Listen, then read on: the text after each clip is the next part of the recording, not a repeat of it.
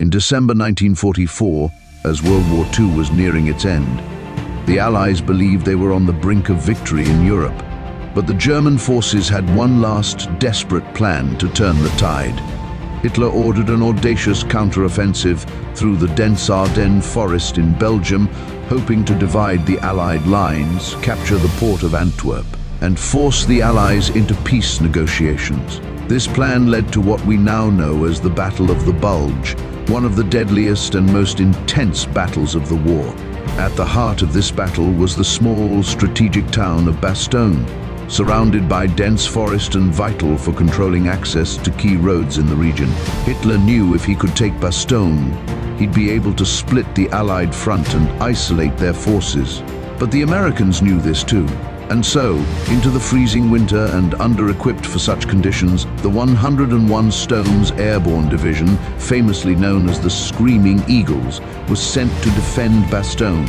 As the 101st Airborne arrived, German forces quickly surrounded them, trapping them inside the town.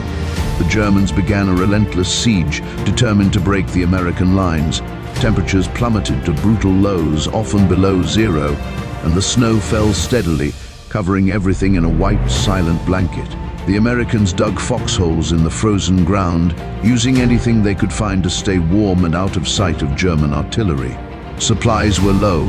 Ammunition, food, even basic medical supplies were scarce.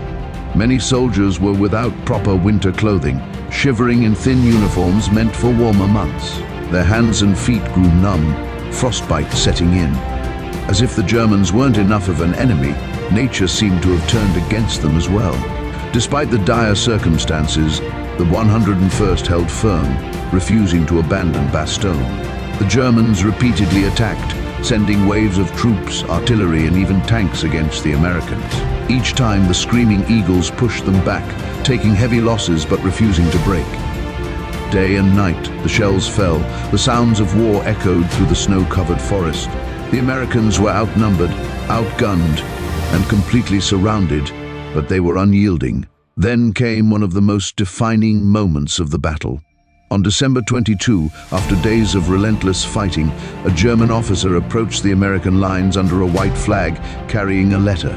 In it, the German commander demanded the Americans surrender, claiming they were outmatched and faced inevitable destruction. The message was clear: give up now or face complete annihilation. The message was delivered to the acting commander of the 101st Airborne, Brigadier General Anthony McAuliffe. Exhausted, cold, and under immense pressure, McAuliffe read the German demand for surrender. But instead of breaking, he found the demand almost laughable. His response? Just one word: nuts. Confused, the German officers asked for clarification, and the American messenger explained it as an emphatic refusal. This defiant answer quickly spread through the ranks of the 101st, boosting morale. McAuliffe's message became a rallying cry, a symbol of American resilience and grit. The men of the 101st were ready to fight, no matter what the Germans threw at them. In the days that followed, the siege continued, each day harsher than the last.